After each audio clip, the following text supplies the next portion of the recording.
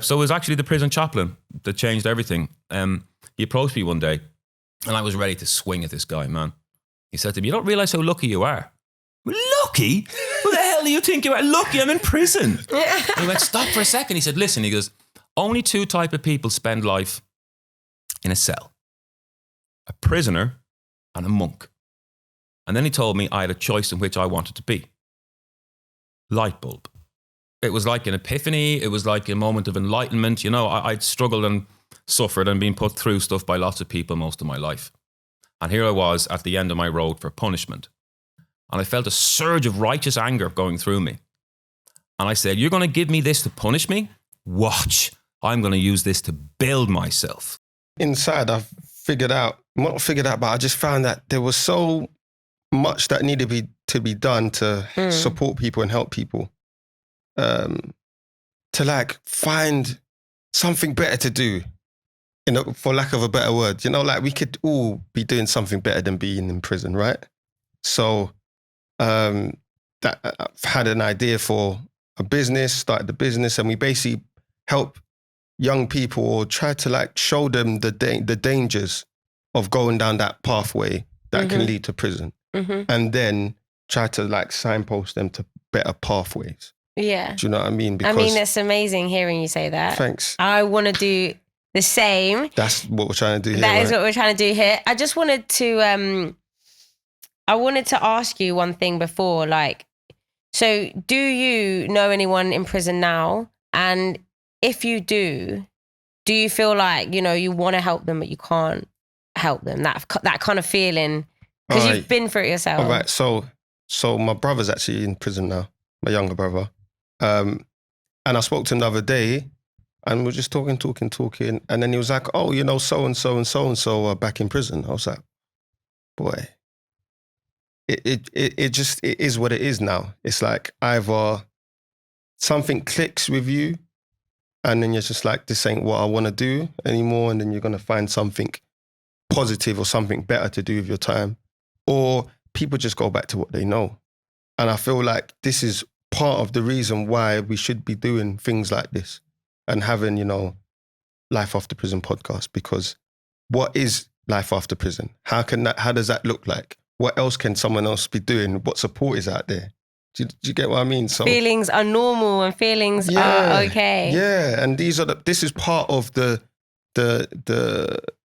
process of Life After Prison, is finding something to do, finding that support to get to where you need to go and get your life back on track. When I went to the adults, I kind of settled down a little bit, not for long, because a baby on an adult wing means you can get away with even more because they're all grown and you're the only one, and they just make excuses for you. So it's like, "Oh, Tassie will make your bed for you. It's absolutely fine." Like, you can throw a tantrum because you don't like something.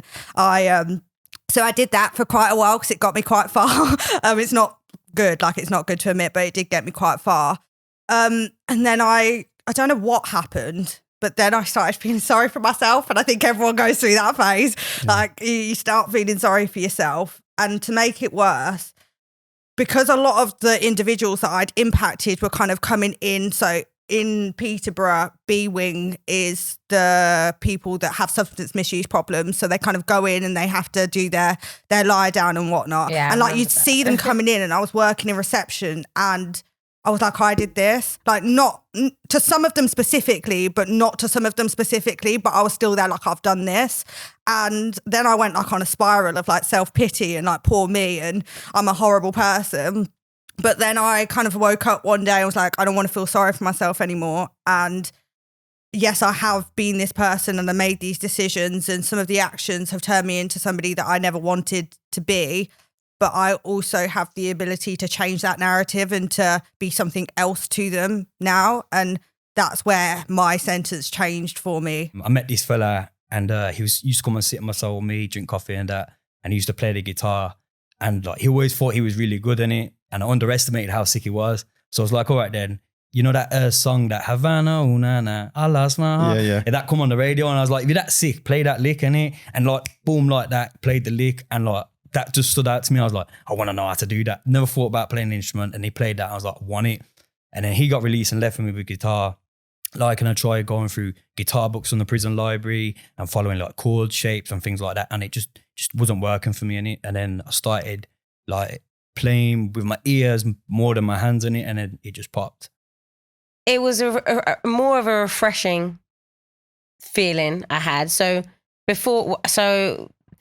I went to prison when I was 20, and I was on bail from 19. And before all of that, since I've been like, I don't know, young, 14, 15 or whatever, my headspace wasn't right. It wasn't great. I wasn't doing the things I really wanted to do. I was, just headspace, not mentally great. Mm-hmm. So I feel like I was going down, more of a wrong... Slippery slope. Yeah. So prison, it was my turning point. So you're right. It gave me all that time. It made me think about, it could have gone two ways. I could have spent the time just being more destructive, let's say, and, not doing what's really best for me. Mm-hmm. But it was as soon as I went in, that face that I had and that resilience I started building, it was from day one. And like you said about being in the cell and, not move, that was like the stemming of what I wanted to do. And I just had to sit down and say, what do I want and what do I want to do and where am I going and what am I good at and what do I like and all of these things that I never really sat down with myself and asked me. It made me think about all of that.